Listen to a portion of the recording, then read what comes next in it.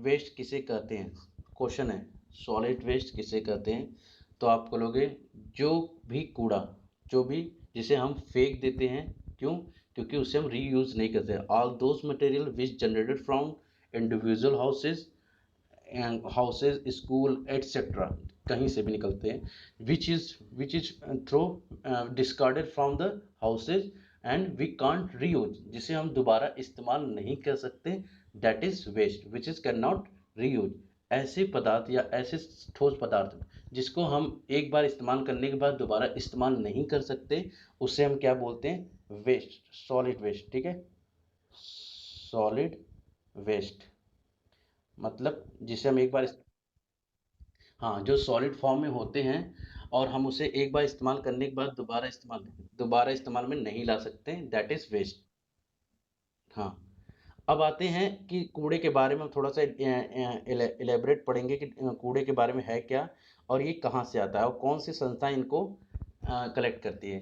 तो सबसे पहले हमें पता होना चाहिए कूड़ा आता कहाँ से है। तो कूड़ा के सोर्स आपको पता है कैसे, एक तो कम्युनिटी के माध्यम से, ठीक है, कम्युनिटी के माध्यम से, ठीक है, दूसरा हाउस, तीसरा स्कूल, एटसेट्रा, हर एक जगह से ये कूड़ा आता है। कूड़ा के आने के सोर्स हर जगह हैं, ठीक है, चाहे वो कमेटी हो, मतलब कि आपके घर सड़क सड़क पे जो पेड़ लगे होते हैं उसमें से कूड़े गिरते रहते हैं, देखा होगा आपके बस स्टैंड के पास से कूड़े गिरते हैं, एयरपोर्ट पे जाओ वहाँ कूड़े मिलेंगे, ठीक है, घरों में कूड़े निकलते हैं, स्कूल से कूड़े निकलते हैं, तो एनीथिंग्स हर एक जगह से कूड़े निकलते हैं, ठीक है। तो हर जगह दो प्रकार के कूड़े निकलते हैं, कौन कैसे कूड़े निकलते हैं, दो प्रकार के, टू टाइप्स के कूड़े निकलते हैं। एक होता है बायोडिग्रेडेबल और दूसरा होता है नॉन बायोडिग्रेडेबल, ठीक है, ठीक है। बायोडिग्रेडेबल होता है सड़ जाने वाला कूड़ा, मतलब सड़ जाने वाला कूड़ा, और नॉन बायोडिग्रेडेबल होता है न सड़ने वाला कूड़ा, मतलब जो कूड़ा नहीं सड़ता, न सड़ने वाला कूड़ा, न सड़ने वाला कूड़ा, ठीक है, न सड़ने वाला कूड़ा। तो दो प्रकार के कूड़े निकलते हैं, ये हर एक जगह से निकलते हैं, चाहे वो स्कूल हो, हाउस हो, हर एक जगह से, चाहे कम्युनिटी सेंटर हो, चाहे वो एयरप्लेन हो, चाहे वो बस स्टैंड हो, हर एक जगह से ये कूड़े निकलते हैं। अब कूड़े को कलेक्ट करने वाले संस्था, कूड़े को कौन कलेक्ट करता है, तो सबसे पहले संस्था होती है, सबसे मेन होता है CMC। CMC का फुल फॉर्म होता है सेंट्रल म्युनिसिपल कॉरपोरेशन, ठीक है। सेंट्रल म्युनिसिपल कॉरपोरेशन के अंदर में आता है MCD, NDMC और एक होता है NGO, ठीक है। पहला होता है MCD मतलब म्युनिसिपल कॉरपोरेशन ऑफ दिल्ली, और NDMC मतलब न्यू दिल्ली म्युनिसिपल कॉरपोरेशन, और लास्ट है NGO मतलब होता है, हाँ, और NGO है नॉन गवर्नमेंट ऑर्गेनाइजेशन, ठीक है, नॉन गवर्नमेंट ऑर्गेनाइजेशन। आप नेटवर्क एरिया में चले जाओ, एक नेटवर्क एरिया में मेरी आवाज़ क्लीन आ रही होगी आपको, ठीक है, नेटवर्क एरिया में जाओ, ठीक है। नेक्स्ट ये संस्थाएं होती हैं, मेन सेंटर है, ये है सेंट्रल म्युनिसिपल कॉरपोरेशन, ठीक है, और ये उनके छोटे छोटे संस्था होती है। अब हर एक स्टेट में अलग अलग के स्टेट, जैसे स्टेट होंगे उनके अलग अलग नाम होंगे, जैसे अगर बॉम्बे में जाओगे तो आपका BMC मतलब बॉम्बे म्युनिसिपल कॉरपोरेशन, अगर आप झारखंड जाओगे हर एक जगह में तो उनके अलग अलग उनके स्टेट के नाम से म्युनिसिपल कॉरपोरेशन होती है, ठीक है। यहाँ पे हम दिल्ली की बात कर रहे हैं तो यहाँ पे दिल्ली का है Delhi municipal corporation of Delhi, ठीक है। नेक्स्ट अब हम आते हैं, ये संस्था थी जो कूड़े को कलेक्ट करती थी, ठीक है।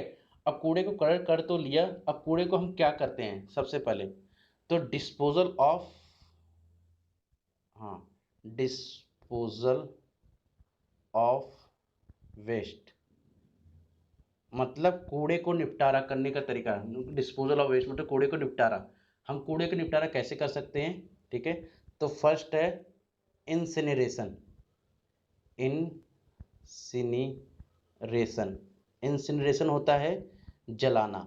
जलाना मतलब कूड़े को जलाने के तरीकों को, मशीन में हम कूड़े को जलाने को बोलते हैं इंसिनरेशन, ठीक है। तो उसके बारे में हम सबसे पहले पढ़ेंगे इंसिनरेशन है क्या, ठीक है।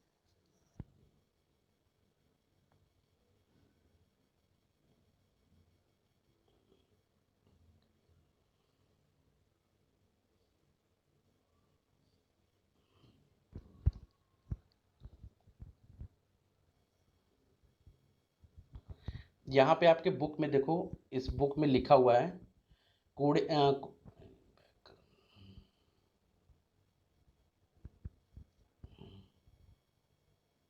देखो यहाँ लिखा है डिस्पोजल ऑफ वेस्ट मतलब कूड़े को संभालना, मतलब इसको निपटाने के तरीके। तो कूड़े को निपटारा करने के लिए तरीका क्या क्या है वो हम आज पढ़ेंगे, ठीक है। तो कूड़े को निपटारा करने के लिए सबसे पहला तरीका है इंसिनरेशन। यहाँ देखो लिखा है, सभी को दिख रहा है ना, इंसिनरेशन आप जूम करके भी देख सकते हो ऊपर। हाँ यहाँ पे इमेज क्लिक होगा, ठीक है। यहाँ पे लिखा है इंसिनरेशन। इंसिनरेशन मतलब होता है जलाना, मगर जलाना ऐसा नहीं कि हम ऐसे ही सीधा जला देंगे। जलाने के लिए ये एक भट्टी होती है, उस भट्टी के अंदर हम कूड़े को जलाते हैं। और कूड़े को जलाने का ये प्रॉफिट होता है कि ये कूड़े में जलाने के दौरान इसमें जो धुआं निकलती है, वो धुआं में कार्बन डाइऑक्साइड या अन्य जो गैसेज, जो हार्मफुल गैसेज है, वो सीधा एटमॉस्फेयर में नहीं आते, क्योंकि एक मशीन के अंदर होते हैं जिसमें चिमनी लगी होती है।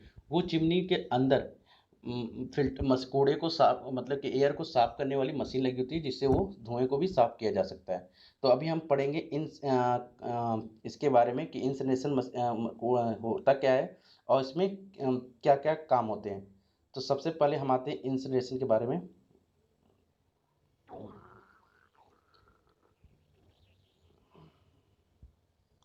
ठीक है। हम यहाँ बात करेंगे, ये है municipal solid waste incineration, incineration plant है। इस इंसिनरेशन प्लांट के अंदर में हम कूड़े को जलाते हैं। जैसे कि पब्लिक के जितने भी कूड़े इकट्ठा किया, सभी लोगों ने अपने पब्लिक कम्युनिटी से इकट्ठा किया, या फिर लोगों के घर से कूड़े इकट्ठा किया, या फिर जैसे भी कूड़े को इकट्ठा किया। कूड़े को इकट्ठा करने के बाद लोग क्या करते हैं, उसको ट्रांसपोर्ट सिस्टम द्वारा मतलब कि गाड़ी के माध्यम से वो लाकर इस प्लांट के अंदर कूड़े को डालेंगे। यहाँ पर वेस्ट पाइप में कूड़े को, वेस्ट पिट में कूड़े को डालते हैं। कूड़े को डालने के बाद वो चले जाते हैं। अब ये कूड़े को इस मशीन प्लांट के अंदर की जिम्मेदारी होती है कि इसको क्रेन द्वारा इसको उठाकर इसके अंदर डाला जाता है, इसके अंदर। तो इसके कूड़े इंसिनरेशन के मशीन के अंदर डाला जाएगा। इंसिनरेशन मशीन के अंदर कूड़े को जलाया जाता है। कूड़े को जलाया जाता है कितने डिग्री टेम्परेचर पे, 1200। 1200 डिग्री फ़ारेनहाइट। हाँ, एक मिनट मैं हटा दे रहा हूँ। या कूड़े को बर्न किया जाता है 1200 डिग्री फ़ारेनहाइट पे, कूड़े को जलाया जाता है। जिससे क्या होगा, कूड़ा जल जाता है। कूड़ा जल जाने के बाद में पूरी तरीके से ये कंबूशन चेंबर में डाल के कूड़े को जलाया जाता है। तो कूड़ा जब जलता है तो उसमें से राख निकलता है, तो उस राख का हम अलग इस्तेमाल कर लेते हैं। उसकी ब्रिक बना लेते हैं या फिर उसका अलग काम होता है, मगर यहाँ पे आपको इसको ज़्यादा एलेबरेट नहीं किया गया है। यहाँ पे कूड़े को जब हम जलाएंगे तो इसमें पानी होगी, पानी बॉयल होगा, और बॉयल होकर वो स्टीम बनेगा। स्टीम मतलब भाप। और भाप बनने के बाद वो एक टारबाइन के ऊपर हम उसे चलाएंगे। टारबाइन होता है, टारबाइन मतलब मोटर, जो जनरेटर जिससे इलेक्ट्रिसिटी मिलती है। वो तेज़ी से चलेगा तो जलने के बाद उसमें से इलेक्ट्रिसिटी निकलती है। तो इलेक्ट्रिसिटी निकलने से क्या होता है कि वो विद्युत पैदा करेगा, और विद्युत करेगा तो उससे हमें फ़ायदा भी होता है। हमें इलेक्ट्रिसिटी, कूड़े जलाने से इलेक्ट्रिसिटी मिल जाती है। तो ये जो स्टीम होगा, इससे जनरेट आपके जनरेटर चलेंगे, ठीक है। और इलेक्ट्रिसिटी मिलेगी। तो हम लोगों तक ये फ्री में इलेक्ट्रिसिटी भी पहुंचाना चाहते हो, पूरा सकते हो, या अपने एरिया में लेना चाहते हो, मगर गवर्नमेंट के अंदर में अदर प्लांट है तो गवर्नमेंट इसकी इलेक्ट्रिसिटी इस्तेमाल करेगी, ठीक है। या अपने प्लांट के अंदर भी अगर आप इसी इसी विद्युत से आप प्लांट लगाना चाहते हो तो इसी प्लांट को इस्तेमाल, इसी के इलेक्ट्रिसिटी से इस्तेमाल भी कर सकते हो, कि आपको एक्स्ट्रा इलेक्ट्रिसिटी ना लगाना पड़े। नेक्स्ट, हमने जब कूड़े को जलाया तो कूड़ा का यहाँ से एक बार जलने के बाद ये राख निकलेगा, ठीक है, नीचे आएगा एस, ठीक है। और ये जो कूड़ा जला तो उसमें से स्टीम हुआ, तो स्टीम होके भाप बना, तो वो इलेक्ट्रिसिटी मिल गया। ठीक है। अब ये कूड़ा जब जला तो उसमें से धुआं निकला होगा, तो वो धुएं को साफ करने के लिए हम यहाँ पे एक प्लांट बिछाए होते हैं, एक मशीन लगाए होते हैं। उस मशीन का नाम होता है इलेक्ट्रोस्टैटिक पेसिपिटर। इसका काम क्या होता है? इसका मेन काम होता है कि धुएं को जो भी है उसके जो पार्टिकल्स है उसको फिल्टर करना, और उसमें से पूरे जो गैसेस है उसको साफ करके आगे भेजना। तो इसमें क्या होता है, इसमें फिल्टर को अच्छी तरीके से हमने साफ कर लिया और इसमें से पोल्यूशन भी क्लियर कर लेते हैं। नेक्स्ट, आपके जो धुएं होंगे उसके अंदर वाटर वेप भी होंगे, मतलब कि गीले स्क्रबर होगा, तो उससे वो क्या होगा, उसको सोख लेते हैं। और उसके अंदर अगर अमोनिया गैसेज है तो उसको भी वो सक कर लेगा। ठीक है। नेक्स्ट उसको नेक्स्ट चैम्बर में लेके जाकर और उसे चिमनी द्वारा पानी गैस को एकदम फिल्टर बाहर निकाल देता है। तो मतलब इसमें क्या होता है कि प्रॉफिट, कि ना ही धुआं ना ही जो एयर निकला वो हमारा हार्मफुल है, ये भी अच्छे है हमारे लिए। इलेक्ट्रिसिटी भी मिल गई हमें। ठीक है। और इससे जो एस निकलेगा उसका भी हम फ़ायदा इस्तेमाल कर सकते हैं। तो अब हम इसके बारे में थोड़ा सा एक्सप्लेन पढ़ेंगे कि ये क्या फ़ायदा होगा इसका। हाँ बोलो। हाँ, मैं आपको उसके बारे में दिखा देता हूँ, इलेक्ट्रोस्टैटिक प्रेसिपिटर होता क्या है। ठीक है। हम्म, ये आपके सामने जो पिक दिख रहे हो ये है इलेक्ट्रोस्टैटिक प्रेसिपिटर। ठीक है। इलेक्ट्रोस्टैटिक प्रेसिपिटर, ये देखो यहाँ लिखा हुआ है। इलेक्ट्रोस्टैटिक प्रेसिपिटर ये एक फिल्टर मशीन होता है। इसके अंदर ये देखो यहाँ लिखा है कलेक्टिंग प्लेट। ठीक है। और ये जो प्लेट लगे होते हैं, ये प्लेट क्या करते हैं, एयर को फिल्टर करने का काम करते हैं, सक करने का काम करते हैं। ये देखो इसमें इलेक्ट्रोनोड रैपर होता है। इसमें क्या होता है कि प्लस और माइनस नेगेटिव चार्ज लगे होते हैं। जैसे कि कुछ गैसेज होते हैं जो पॉजिटिव होते हैं, वो पॉजिटिव की तरफ खींचे चले जाते हैं। जो गैस नेगेटिव चार्ज होते हैं वो नेगेटिव की तरफ खींचे जाते हैं। और इसमें जो कलेक्टिंग प्लेट सपोर्ट लगे होते हैं वो उसको रोके हुए रहता है। ठीक है। और इसमें देखो यहाँ पे लिखा है कलेक्टिंग प्लेट रैपर। ये रैपर इससे जैसे फॉयल पेपर नहीं होते आपके, उसी प्रकार से ये पेपर लगे होते हैं। हर एक पेपर में अलग अलग गैसेस को सोखने का काम करता है, सक करने का काम कर देता है। और जब ये जब एयर जाता है, मतलब कि धुआं जा रहा होता है जिसमें सभी गैस मिक्स होते हैं, वो इस हर एक प्लेट में से जब गुजरते हैं तो वो अलग अलग प्लेटों में अलग अलग गैसेस एब्जॉर्ब होते जाते हैं। और लास्ट में उसमें जो मतलब जो सॉलिड फॉर्म में जो कुछ चीज़ें होती हैं, जैसे कुछ गैस होते हैं जो धूल के साथ हो या कोई भी, वो नीचे कलेक्ट होते जाते हैं। ठीक है, यहाँ पे सॉलिड फॉर्म में। और लास्ट में ये जो गैस निकलता है वो क्लीन गैस निकलता है। यहाँ देखो लिखा है क्लीन गैस आउटलेट, लिखा है ना। ठीक है। मतलब इस मशीन के माध्यम से जो हमारे एयर पोल्यूशन वाले धुएं हैं उनको सक करके पूरी तरीके से प्यूरिफाई कर कर ये क्लीन गैस को निकालता है। तो ये इस मशीन को बोलते हैं हम इलेक्ट्रोस्टैटिक प्रेसिपिटर, जिसको हम शॉर्ट फॉर्म में बोलते हैं ESP। ठीक है। ESP, समझ आ गया। ठीक है।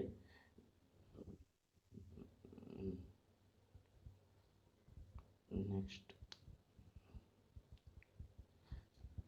अब आते हैं हम लोग उस प्लांट के बारे में जो इंसिनेशन प्लांट के बारे में। अब ये प्लांट अब आपको पूरी तरीके से समझाएगा कि इस प्लांट में पूरी प्रक्रिया क्या हुई थी। हम लोगों ने ये तो सुन लिया था कि कूड़े को लाते हैं, जलाते हैं, जलाने के बाद स्टीम बनता है, स्टीम बन के जनरेटर चलता है, मगर हमने वो स्टीम वाला जनरेटर नहीं देखा था। इस पिक में आप पूरी तरीके से देख सकते हो, क्योंकि इससे इस प्लांट को हम बोलते हैं वेस्ट टू एनर्जी प्लांट।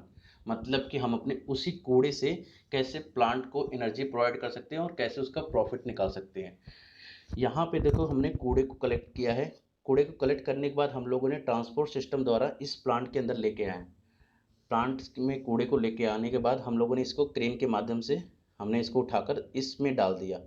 डालने के दौरान हमने कंबस्शन चैम्बर में क्या किया, कूड़े को जलाया। ये देखो यहाँ जलाया जाता है। जलाने की प्रक्रिया आपको पता ही है, 1200 डिग्री फ़ारेनहाइट पे हम लोगों ने कूड़े को जला दिया। कूड़ा जल गया। ठीक है। कूड़ा जलने के बाद कूड़ा गर्म आग निकलेगा, तो जैसे कि आपने सुना होगा कि हमने पानी को अगर गर्म करेंगे तो वो भाप बनता है। तो यहाँ पर देखोगे आप, यहाँ पे इस प्लांट इसके अंदर पानी है और वो गर्म हो रहा है। तो जब वो गर्म होगा तो वो भाप बनेगा, और भाप बनने के बाद सीधा वो जनरेटर के टारबाइन पर चलाएगा। तो टारबाइन पर जब सीधा जाता है तो टारबाइन बहुत ही तेज़ी से घूमने लगती है। और जब तेज़ी से घूमने लगेगा तो इसमें से जनरेटर के माध्यम से कनेक्ट होगा और कनेक्ट करके वो इलेक्ट्रिसिटी प्रोवाइड किया जाता है। यहाँ पे देखो लिखा है ना इलेक्ट्रिसिटी, मतलब हम ना ही लकड़ी जला रहे हैं, ना ही कोयला जला रहे हैं, ना ही पेट्रोल जला रहे हैं, हमें फ्री में इलेक्ट्रिसिटी मिलेगी। ठीक है, नेक्स्ट, अब जब कूड़े को हमने जलाया तो कूड़े को जलाने के बाद उसमें से उसका राख मिला होगा। तो यहाँ आप देख सकते हो कूड़े का राख, ये कूड़े का राख कलेक्ट हुआ।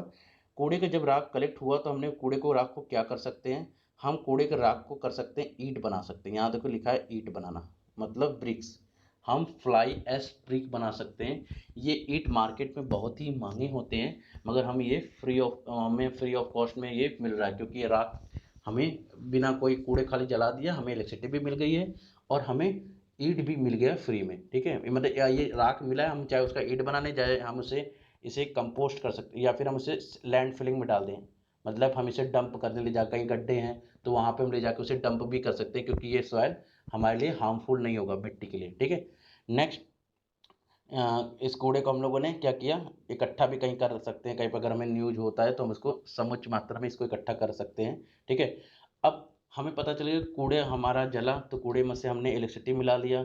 ठीक है, इलेक्ट्रिसिटी मिल गया हमें। कूड़े का जो राख बचा उससे हमने कूड़े से ईंट बना लिया। ठीक है, या हमने पेड़ लगा दिया, जो भी मिट्टी में उसे डंप कर दिया। अब कूड़ा हो गया जीरो, कूड़ा हो गया जीरो।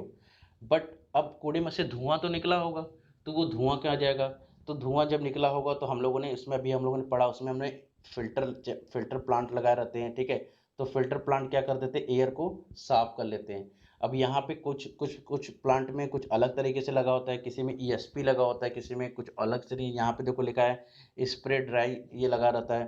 फिर बैग हाउसिंग होते हैं, यहाँ पे एयर एयर को कलेक्ट किया जाता है। देखो, तुम्हारे इंटरनेट में इशू आ रही होगी, मैंने यहाँ पे शो कर रखा है। ठीक है, नेक्स्ट, नेक्स्ट क्या है, अब नेक्स्ट क्या है कि यहाँ पे हमने एयर को, हाँ बोलो, हाँ बोलो। केमिकल के थ्रू नहीं जलाना, क्योंकि केमिकल के थ्रू जलाओगे तो वो हमारे लिए हार्मफुल भी हो सकता है, क्योंकि उससे कंटेमिनेशन अगर हमें होगा तो हमें बीमारी भी हो सकती है। तो इस तो इसीलिए हमें हमें केमिकल के थ्रू जलाने से रिस्क पड़ सकता है। तो इसीलिए हम लोग क्या करते हैं, इसको केवल बर्न ही करते हैं इलेक्ट्रिसिटी के माध्यम से। ठीक है, या आप सीएनजी इस्तेमाल कर सकते हो, सीएनजी गैस इस्तेमाल कर सकते हो, जो भी आप इस्तेमाल करना चाहो।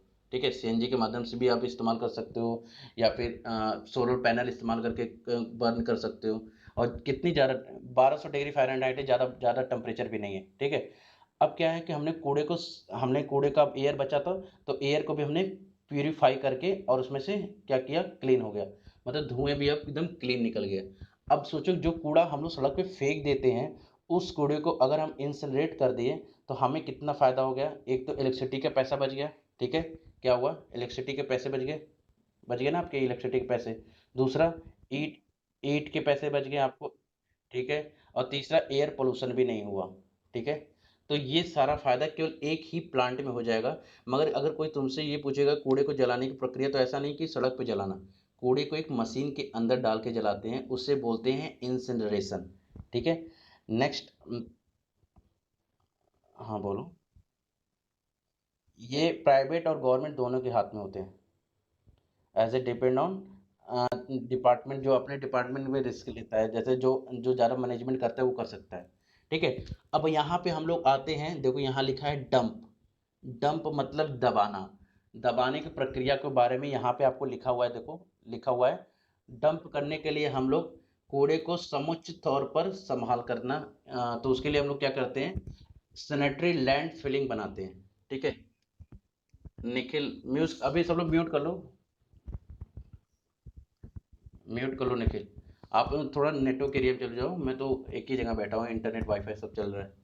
ठीक है, ठीक है, मैं वीडियो बना के भेज दूंगा। ठीक है, वीडियो बना के भेज दूंगा।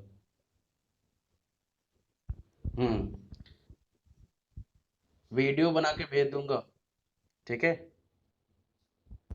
नेक्स्ट आते हैं सैनिटरी लैंड फिलिंग के बारे में। सैनिटरी लैंड फिलिंग होता है जिसमें हम कूड़े को डंप करते हैं। अब ये कैसा होता है, जिसके बारे में अब हमें जानकारी लेना है।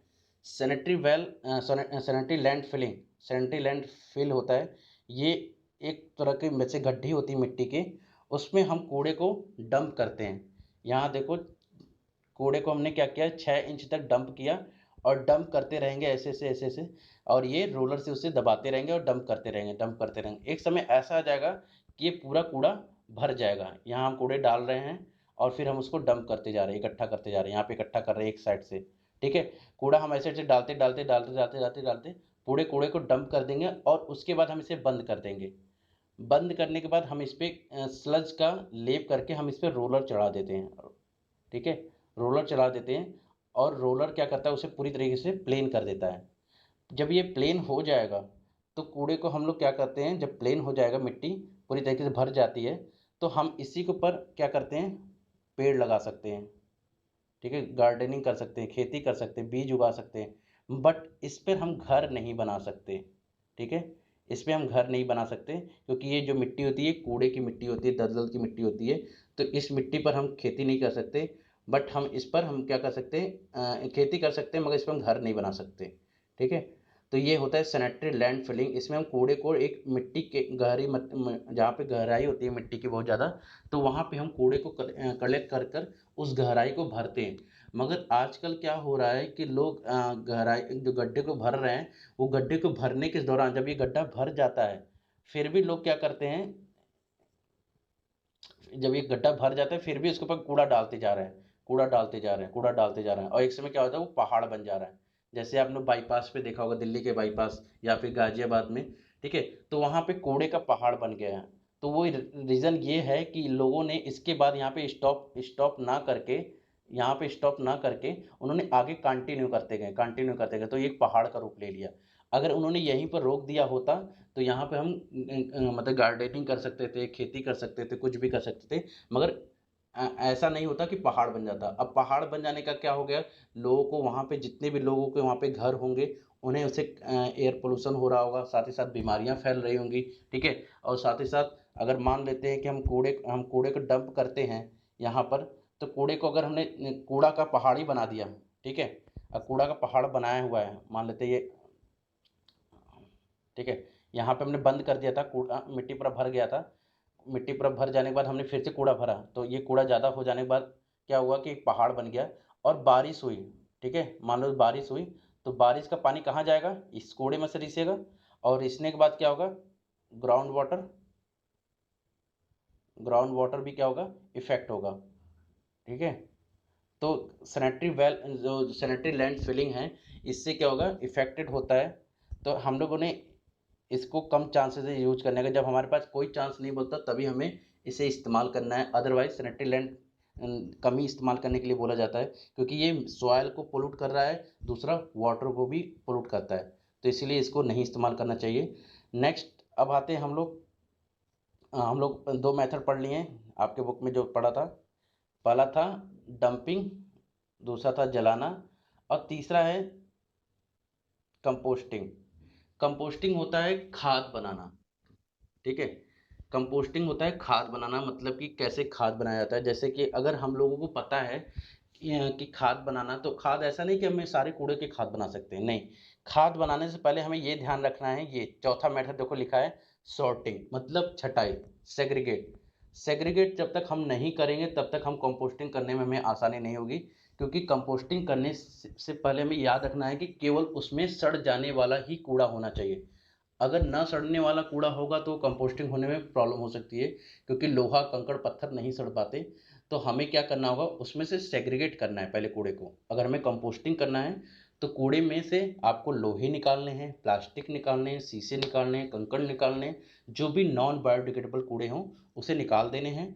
उसके बाद जो भी बायोडिग्रेडेबल कूड़ा बचा है, मतलब कि जो सड़ जाने वाला कूड़ा बचा है, उसे हम लेंगे और उसका हम कंपोस्टिंग करेंगे। कंपोस्टिंग होता है खाद बनाना। अब खाद बनाने के लिए हमें प्रक्रिया कैसे होती है, खाद हम अपने घर में भी बना सकते हैं या फिर बड़े स्तर पर भी बना सकते हैं। ठीक है, खाद के बारे में हम बात पढ़ेंगे, कंपोस्टिंग।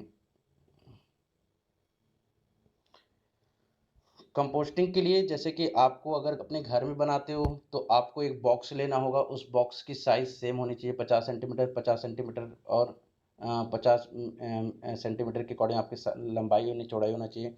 एक मीटर में होगा जो लंबाई होगी, ठीक है, ऑन अ सेंटीमीटर में होगा, ठीक है। अब क्या है कि ये हम एक सेम साइज का हमने एक बॉक्स ले लिया और उसमें हमने कूड़े डाले, मिट्टी डाले और केचुआ खाद डालकर भी हम बना सकते हैं।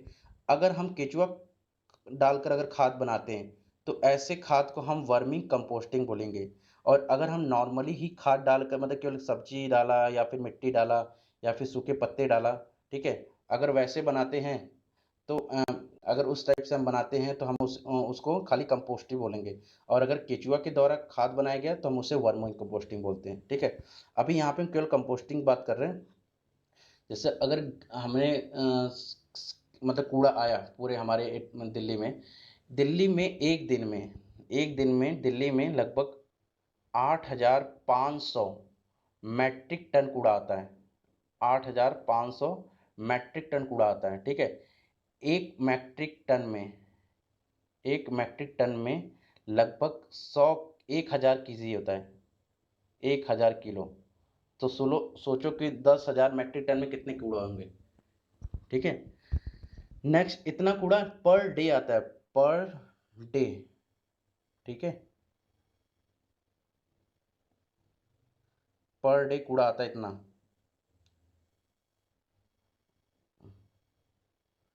अब ये अगर हमने इस कूड़े को अगर हम लोगों ने पर डे अगर इसको डिस्पोजल ना किया जाए तो फिर ये कहीं ना कहीं अगर इकट्ठा करते रहोगे तो वहाँ पहाड़ बन जाएगा, या अगर आपने उसे फेंकते गए सड़कों पर तो वो बीमारी पैदा कर सकता है। तो इसको हमें पर डे इसको क्या करना है, डिस्पोजल करना होता है। अब डिस्पोजल करने के लिए हम लोगों ने क्या कर सकते हैं, सबसे पहला कि आप उसे कूड़े को सेग्रीगेट करो। सेग्रीगेट मतलब उसमें में से लोहे में निकाल लो, शीशे निकाल लो, प्लास्टिक निकाल लो, ठीक है, प्लास्टिक निकाल लो, शीशी निकाल लो, ग्लास निकाल लो, ठीक है, आयरन निकाल लो, ठीक है, फिर ग्रेवल निकाल लो, ठीक है। जितने भी सॉलिड वाले कूड़े हैं उसे निकाल लो। अब इनको निकाल लेने के बाद जो वेस्ट मतलब बायोडिग्रेडेबल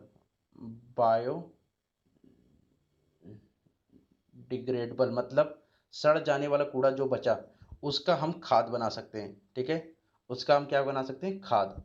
अब खाद बनाने के लिए क्या प्रोसीजर होता है जो आपको इसमें पिक में दिख रहा है, देख सकते हो आप।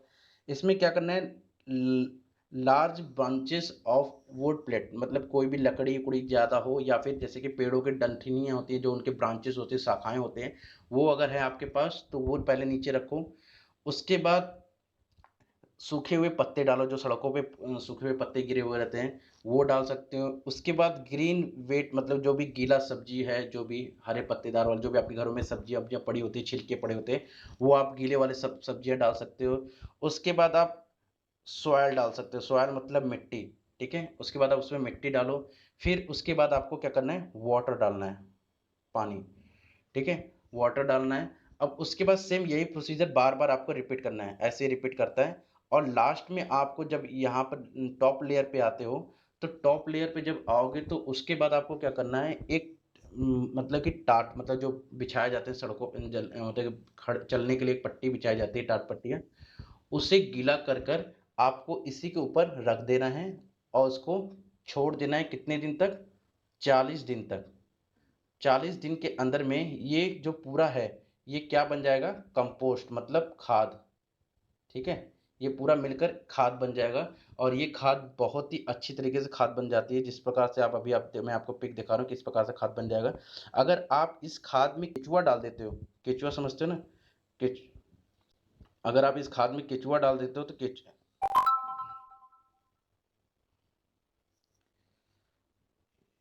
इसमें अगर आपने केचुआ डाल दिया तो भी एक खाद बन जाएगा, मगर केचुआ खाद जो बनेगा वो बहुत ही अच्छी तरीके से बन जाती है और जल्दी बन जाती है। मगर अगर आपने केचुआ नहीं डाला तो भी यह खाद बना सकते हो। अब ये अब जैसे कि आपने कंपोस्टिंग देखा, अब इसका जो खाद बनेगा वो किस तरीके से बनता है, वो खाद इस प्रकार से बनेगा, ऐसा, ठीक है। इस प्रकार से खाद बन जाएगा, जो आपके घर में सब्जी वब्जियाँ पड़ी रहती है, स्मेल कर रही होती हैं, अगर उसको आपने कंपोस्ट कर दिया तो वो इस प्रकार से खाद बन गया। इस खाद को आप मार्केट में बेच भी सकते हो अगर बड़े स्तर पे व्यापार कर रहे हो तो, और या फिर अपने घरों में अगर बना रहे हो तो अपने घरों में प्लांट में इसको डाल के इस्तेमाल कर सकते हो। मतलब कि ये आपका कूड़े भी नहीं आपको जलाना पड़ेगा, ना ही सड़क पे फेंकना पड़ेगा, अब आपने इसका कंपोस्टिंग भी करके अपने घर में ही इस्तेमाल कर सकते हो, नहीं खरीद खाद भी नहीं खरीदना पड़ेगा आपको इससे, ठीक है। नेक्स्ट प्रोसीजर आता है हमारा, कूड़े को साफ, हमें पता चल गया कंपोस्टिंग करने का तरीका पता चल गया, खाद बनाने का तरीका पता चल गया, और इसको यूज करने का तरीका पता चल गया। अब आते हैं वर्मिंग कंपोस्टिंग। वर्मिंग कंपोस्टिंग, अगर कोई पूछता है कि वर्मिंग कंपोस्टिंग क्या होता है, तो आप बताओगे वर्मिंग कंपोस्टिंग में हम केचुआ इस्तेमाल करते हैं। तो केचुआ कैसे होते हैं? केचुए दो प्रकार के होते हैं, 2 टाइप्स, ठीक है, 2 टाइप्स। केचुए को हम बोलते हैं अर्थवॉर्म, ठीक है, अर्थवॉर्म। अर्थवॉर्म मतलब इसको केचुआ बोलते हैं। केचुए 2 प्रकार के होते हैं, एक होता है लाल केचुआ, लाल केचुआ, और दूसरा होता है काला और भूरा।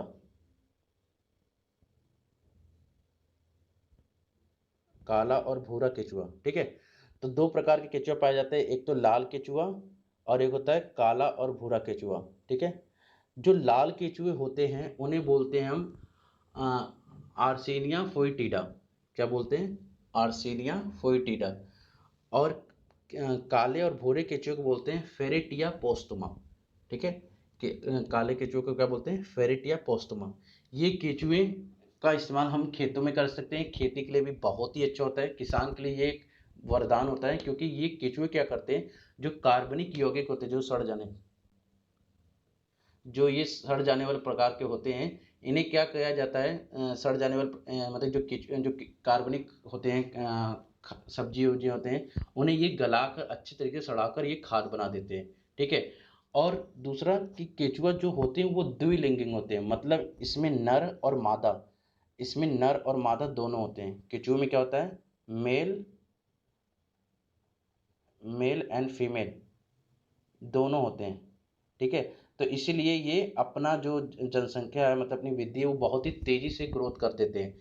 तो इसमें ये फर्टिलाइज बहुत अच्छी तरीके से करते हैं और खेती के लिए बहुत ही अच्छे होते हैं। तो ये हमारे लिए भी, किसान के लिए भी अच्छे होते हैं। और आप ये कह सकते हो कि खाद बहुत ही अच्छी तरीके से ये बनाते हैं, जैसे कि आपने पिक में देख रहे हो कि खाद बहुत ही अच्छी तरह यूटिलाइज हो गया है। अब क्या है कि अब हम लोग कूड़े को क्या कर लिया, हम लोगों ने कूड़े को क्या किया, सेग्रीगेट किया, छटाई किया। छटाई में से हमने लोहे को निकाल लिया, शीशे को निकाल लिया और प्लास्टिक को निकाल लिया। लोहे को हम लोगों ने भेज दिया रिसाइकिल में, ठीक है, रिसाइकिल प्लांट में। वहाँ पे उस प्लांट में रिसाइकिल करके उसको दूसरा इस्तेमाल प्रोडक्ट बनाकर उसको मार्केट में लाया गया, उसका हमें पैसा बच गया। दूसरा, प्लास्टिक हमने निकाला, उसमें से प्लास्टिक हमने रिसाइकिल किया, उसको हम लोगों ने गलवाया और उसका दूसरा प्रोडक्ट बनाकर मार्केट में आया, उसका पैसा बच गया, ठीक है, फिर उसका पैसे आ गए। नेक्स्ट, आपने शीशे उसे भी आए होंगे या लोहे आए होंगे, उसको भी आपने गलाकर रिसाइकिल करके उसका दूसरा इक्विपमेंट बनवा लिया, तो उसको भी मार्केट में बेचा गया, उससे पैसे आ गए। नेक्स्ट, कंकड़ या जो भी आते हैं, जैसे कि कंक्रीट जो बचे, तो अगर कंक्रीट बचे जो, तो वो हमारे ब्रिज, आपको पता है ब्रिज में हम अधिकतर जब ब्रिज बनाते हैं तो उसमें हमें ब्रिज के लिए कंकड़ चाहिए, ठीक है, जो आपको सबसे पहले नींव में डाले जाते हैं। तो नींव में डालने के लिए सबसे पहले उसमें कंकड़ चाहिए, और वो कंकड़ के लिए हमें ईंटों को तोड़ना पड़ता है, ठीक है। ईंट को अगर हम ब्रोक करेंगे तब जाके वो ऐसे कंकड़ बनते हैं। मगर जब हम कूड़े को सेग्रीगेट कर रहे होते हैं तो कूड़े के अंदर हमें ग्रेवल मिल जाते हैं, छोटे छोटे पत्थर मिल जाते हैं, और वो हमारे लिए हार्ड कोर होते हैं। तो अगर आपसे पूछा जाए कि हार्ड कोर कौन होते हैं, तो आप बताओगे जो सॉलिड फॉर्म में होते हैं उन्हें हार्ड कोर कहते हैं। और हार्ड कोर ब्रिज, जैसे अगर बड़े बड़े ठोस पत्थर हैं तो हम उसको ब्रिज में इस्तेमाल कर लेंगे। ब्रिज में मतलब कि हमें ईंटे को तोड़ना ना पड़े, हमने सीधा ही कूड़े में से निकाल कर हमने सीधा उसको ब्रिज में इस्तेमाल कर लिया। तो ये हार्ड कोर हो गए। सॉफ्ट कोर के अंतर्गत में जो सड़ जाने वाला, जैसे कि कागज हो गया, आपका सब्जी हो गया, ये सब होगा, तो ये आते हैं, ठीक है। तो ये आज का हमारा चैप्टर था सॉलिड वेस्ट मैनेजमेंट का। सॉलिड वेस्ट मैनेजमेंट जो आपका ये है कूड़े को निपटारा करने के तरीके, ठीक है, मतलब हम लोगों ने निपटारा कर लिया, कूड़े को पूरी तरीके से ख़त्म करना। बट अगर आपसे ये पूछा जाए कि कूड़ा अगर हमारे दिल्ली में लगभग 10,500 मैट्रिक टन कूड़ा डेली आता है, तो क्या इसको पूरी तरीके से डिस्पोजल किया जा सकता है? क्योंकि अगर हम इनसे, हाँ, इंसिनरेशन से भी इस्तेमाल करें या फिर हम एसएलएफ भी इस्तेमाल करें, एसएलएफ मतलब सैनिटरी लैंडफिलिंग, या फिर कंपोस्टिंग भी करें, तो हम डेली में इस कंपोस्टिंग भी अगर हम करेंगे तो भी नहीं हो पाता। ठीक है, तो इसको सबसे पहले क्या करना है कि इसको हमें कम करना होगा। सबसे पहले इसको कम करना है, तब जाके हम इसका सही तरीके डिस्पोजल कर पाएंगे, क्योंकि अगले दिन फिर ये कूड़ा आ जाएगा। तो इसके लिए हमें थ्री रेस मेथड अपनाते हैं। क्या बोलते हैं उसे? Three race method. 3 hours method. 3 hours method. 3 hours method होता क्या है? मतलब ये 3 वर्ड्स आर से स्टार्ट होता है। रीयूज, हाँ, रिफ्यूज, यहाँ पे एफ है, रिफ्यूज और रिसाइकल। ठीक है, तो ये बनेगा 3 आवर्स मेथड। तो अगर हम लोगों ने कूड़े को, मान लें जो सड़क पे मतलब कि आज आपने कोई शूज खरीदा, ठीक है, सस्ता वाला ही शूज खरीद लिया, मान लेते हैं 200 वाला या 250 वाला, और उसको आपने 3-4 दिन तक पहना। उसके बाद क्या हुआ कि वो बगल बगल से वो साइड से खुल गए। तो आपने उसको क्या किया, साइड से खुल जाने के दौरान आपने उसको फेंकने के ना, आपने डस्टबिन में ना डालने के दौरान उससे मोची के पास जाकर उसे सिलवा लिया। ठीक है, तो सिलवा लेने से क्या हो गया, उसे आपने रीयूज कर लिया, दोबारा इस्तेमाल कर लिया। ठीक है, नेक्स्ट है कूड़े को, अगर हम, इससे क्या हुआ, कूड़ा वो जो निकलने वाला था उस दिन, अगर मान लो 1000 लोगों ने कूड़ा खरीदा, वो शूज खरीदना होता और वो कूड़े में फेंकते तो कितना कूड़ा निकल जाता? 1000। मगर सभी लोगों ने अगर रीयूज कर लिया तो कूड़ा कम हो गया, मतलब कूड़ा 0 हो गया उस दिन। ठीक है, नेक्स्ट रिफ्यूज। रिफ्यूज होता है मतलब मनाही, प्रोहिबिटेड। मतलब अगर मान लो कोई प्रोडक्ट मार्केट में आ रहा है, जैसे कि पॉलीथीन आ रही है, अगर हम लोग उसे प्रोहिबिटेड कर दें, मतलब रिफ्यूज कर दें, उससे हम इस्तेमाल ही ना करें, मतलब कि हम उसके जगह पे झोले इस्तेमाल कर रहे हैं, प्लास्टिक इस्तेमाल करना बंद कर दें, तो वो क्या होगा, पॉलीथीन नहीं निकलेगा, तो पॉलीथीन क्या हो गया, 0। ठीक है, नेक्स्ट रिसाइकल। मान लो कि आपके घर पे अगर कोई चीज़ आ भी गया, पॉलीथीन या कोई भी किसी माध्यम से टूट गया, प्लास्टिक टूट गया, और आप उसे रीयूज भी नहीं कर पाते, मतलब उसको आप बना के कोई इस्तेमाल नहीं कर पाते, तो आप किसी कबाड़ी वाले को आप भेज दोगे। कबाड़ी वाला उसे क्या करेगा, उसको गलाकर नया प्रोडक्ट बना देगा, उससे क्या करेगा, रिसाइकल करके, और वो मार्केट में बेच देगा। तो इससे क्या होगा, कूड़ा 0 हो जाएगा। तो इससे क्या कर सकते हैं हम, 3 आवर्स मेथड से कूड़े को हम मिनिमाइज कर सकते हैं। तो अगर कोई आपसे पूछता है कि मिनिमाइज मेथड ऑफ डिस्पोजल, मतलब कूड़े को हम कैसे कम करें, तो आप कहोगे कि 3 आवर्स मेथड अपना कर, जिसमें हम रीयूज, रिफ्यूज और रिसाइकल कर सकते हैं, जिसमें हम कूड़े को कम कर देंगे, और कूड़ा कम निकलेगा अगर मार्केट में, तो ज़्यादा से ज़्यादा हमें कम मेहनत करनी पड़ेगा डेली बेस पे, क्योंकि डेली ये कूड़े आते हैं। 8000 10,500 मैट्रिक टन बहुत ज़्यादा कूड़े होते हैं, लगभग 1 लाख से भी ज़्यादा ऊपर कूड़े होंगे, 10 लाख से भी ज़्यादा कूड़े होंगे। ठीक है, नेक्स्ट ये हमारा मेथड था कूड़े को साफ करने के, डिस्पोजल करने के तरीके और उसे कम करने के तरीके। तो कम करने का तरीका भी आपको मैंने ये बता दिया, और डिस्पोजल करने का तरीका आपको पता है। कूड़े को डिस्पोजल अगर करना हो तो आप बताओगे, पहला मेथड इंसिनरेशन, दूसरा मेथड कंपोस्टिंग, और तीसरा मेथड आपको एसएलएफ के माध्यम से, मतलब कि सैनिटरी लैंड फिलिंग से हम कूड़े को डंप कर सकते हैं। दूसरा हमने इंसिनरेशन, मतलब कूड़े को जलाकर मशीन में डाल के। तीसरा है हमारा क्या कर सकते हैं, कूड़े को कंपोस्टिंग कर सकते हैं, खाद बना सकते हैं। और चौथा है हमारा सेग्रीगेट।